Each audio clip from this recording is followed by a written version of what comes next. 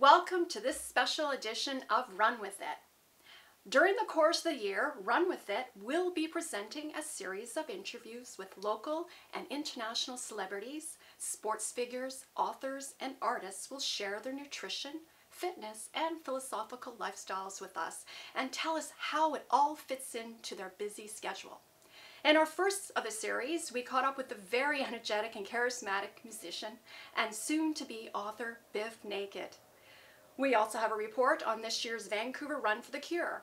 So without any further ado, let's run with it.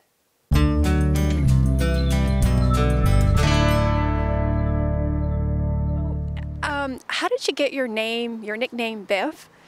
Well, you know, Biff is a nickname that I've had since the 8th grade.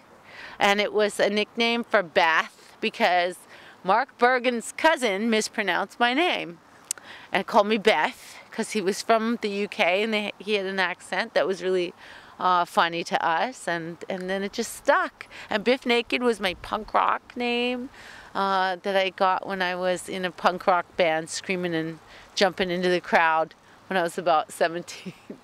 Yeah, my parents were thrilled, just thrilled. You know, I like your song Every Day.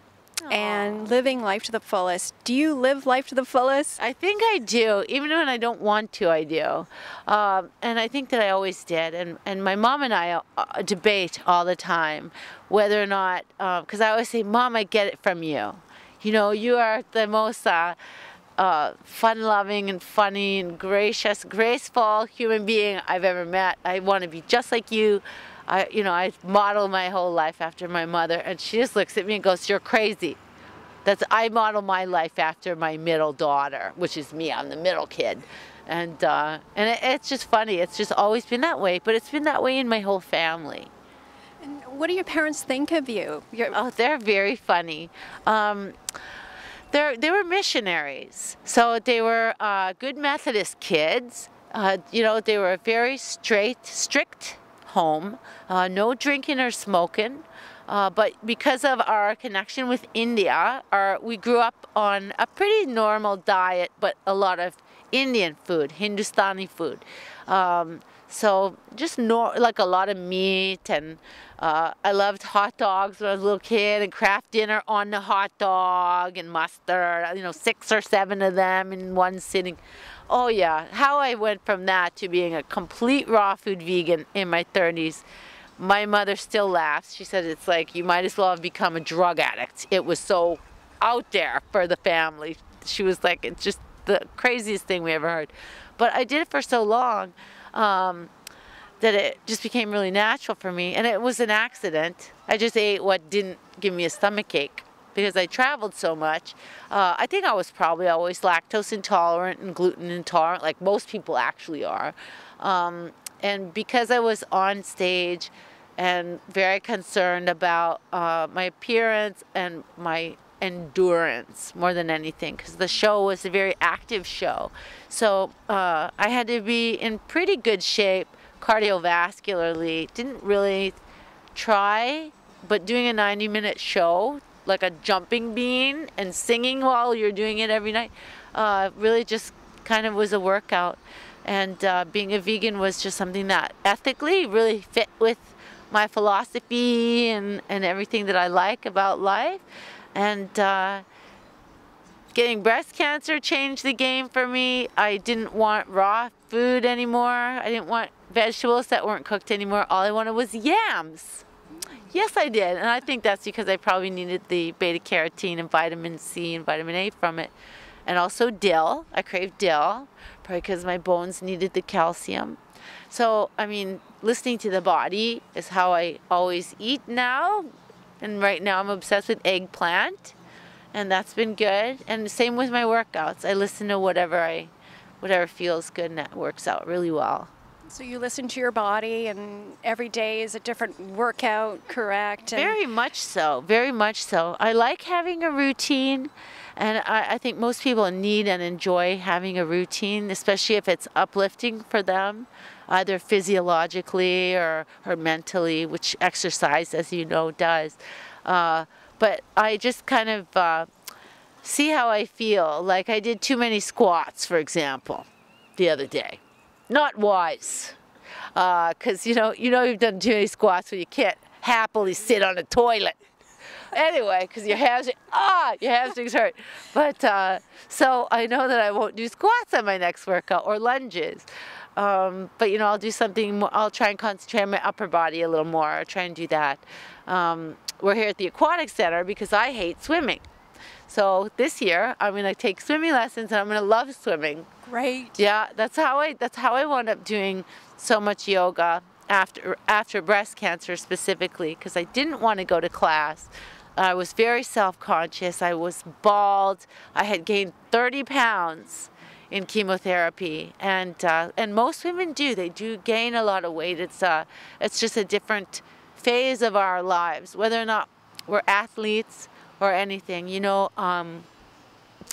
Just the steroids, some of the more hormone associated medications, and also what you're going through as far as being, like I had an ovariectomy, for example. Hello, this is the face of menopause.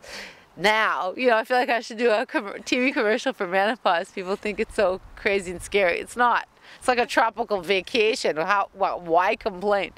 But you know, things change, and you have to change with them and kind of find your fun in it, I think, and embrace it. So with yoga, I forced myself, even though I felt really shy to go to a class.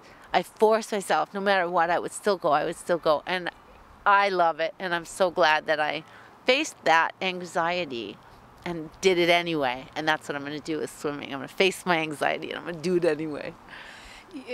You were diagnosed in 1997, right? Yes, I was.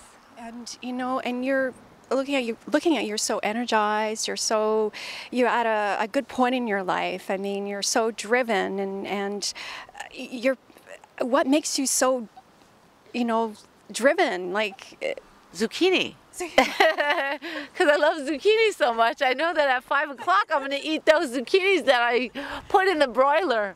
No, I don't know. I think that we all are the same, basically. I think once I turned 40, I finally started thinking things were really funny. All of the fears and anxieties that I had in my 20s started to melt away in my 30s, like they do for everyone. And even though I have a bit of a different kind of job, basically I'm still, you know, some average lady in my 40s who has to deal with being in my stupid 40s. You know, I still am exactly like all my girlfriends who are cashiers and stay-at-home moms, you know. We all have exactly the same issues and exactly the same anxieties and the same problems with dating. And everything's the same.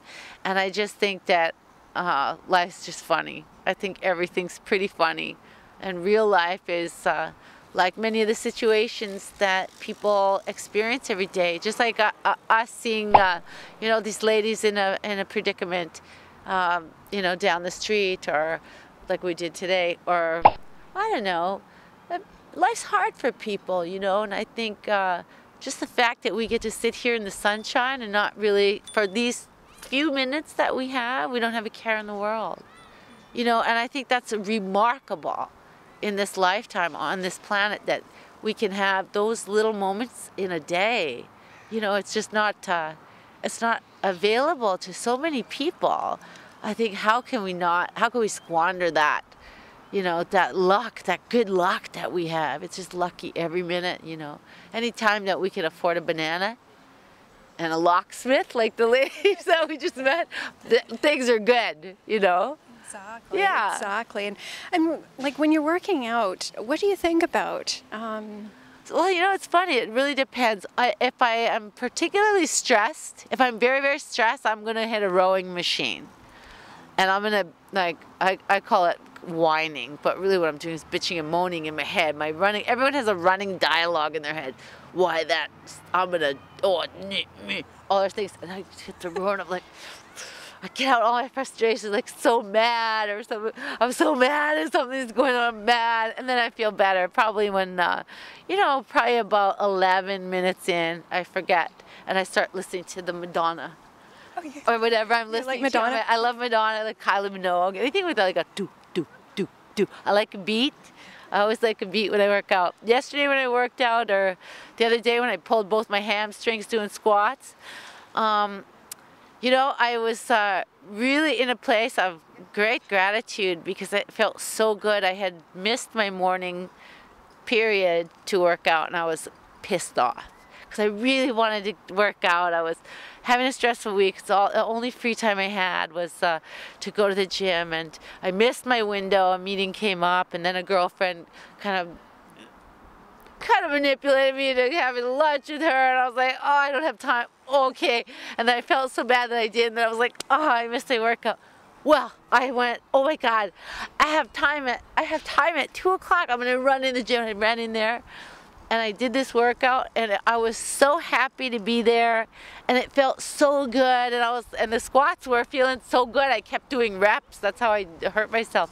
I was like, man, I feel so good. My body feels so good, and I was just, feel really grateful that I am allowing myself to feel worthy enough to take care of myself. And really, that's the bottom line. Your appointment with yourself. Yes, absolutely. It's so integral, I think, to our overall well-being, and therefore the well-being of our family and colleagues as a result of us feeling balanced and good. Mm-hmm.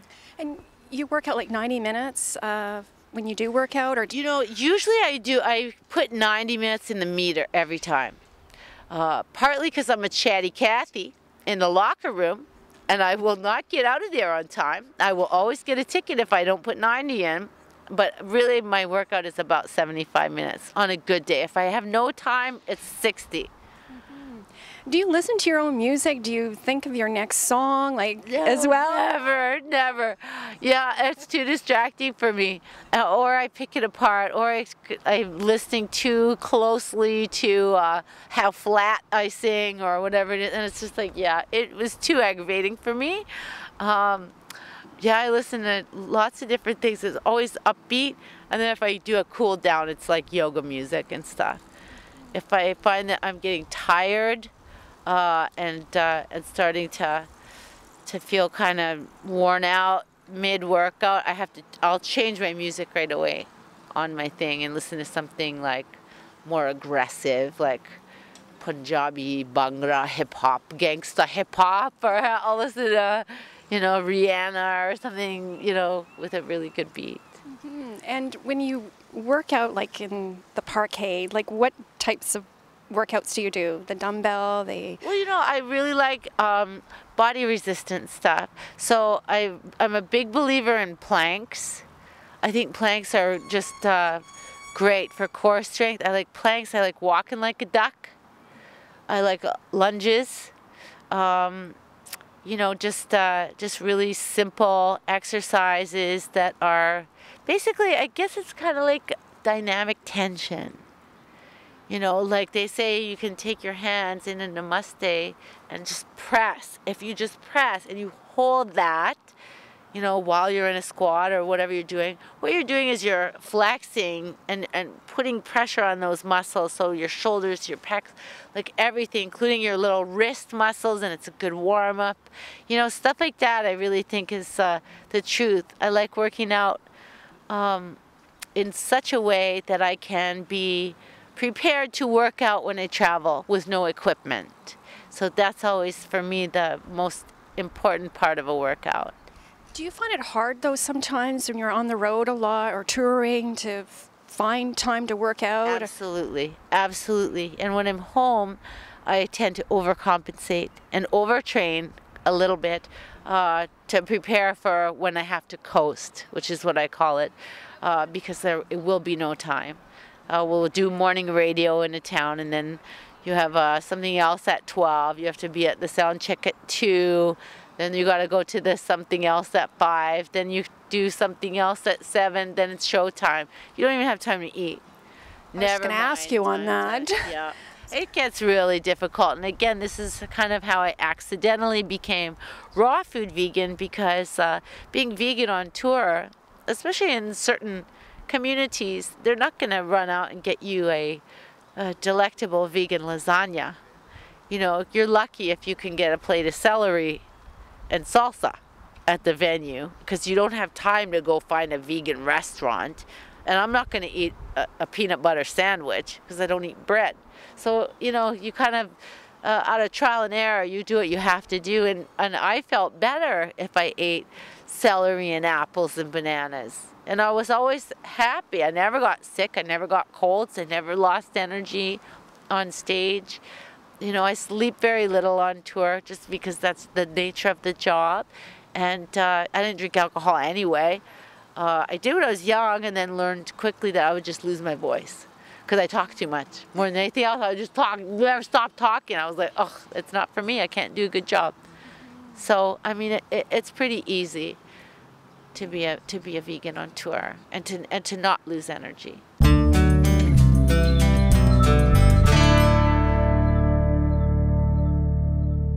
Thousands of runners and walkers are lacing up their shoes to participate in the CIBC Run for the Cure. Julie, so you're the run director for the CIBC Run for the Cure. I am. It's my first year here, so it's very exciting. So what is happening today?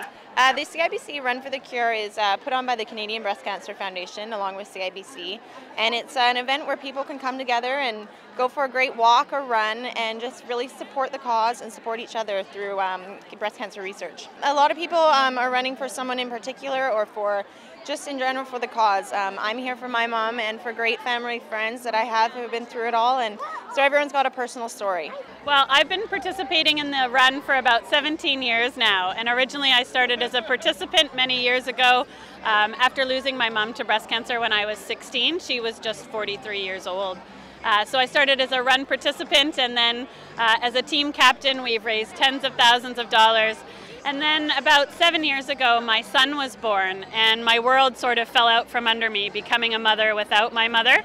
And I knew I needed to get more involved, so I met with the foundation to see if I could volunteer, thinking I'd sit in the corner and help fold ribbons or package envelopes, and I became the volunteer run director for the Vancouver Run site.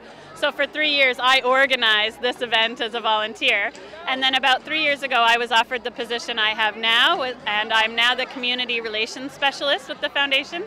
And I say all the time, I think I have the best job in the world. I get to do something every day that honors my mom, and makes my children really proud, and that's really important to me. And how many people are here today? We're hoping about 9,000 or 10,000, so it should be a good event. It's a cross-Canada run event. BC actually has 9 sites, but it does extend throughout all of Canada. And I can feel the energy and the buzz of energy, I should say, around me as we're talking. It's such a great community event and a great cause. And it is. It's such a great feeling to be here. We were actually here at about 3:30 this morning and watching the sun come up and BC Place turn pink, and then as people start trickling in, it's just been so wonderful. It's a sense of empowerment, a sense of community, and a sense of hope that, you know, it just brings everybody together, and it's just amazing. And you never give up on hope. You never give up. Yeah, absolutely.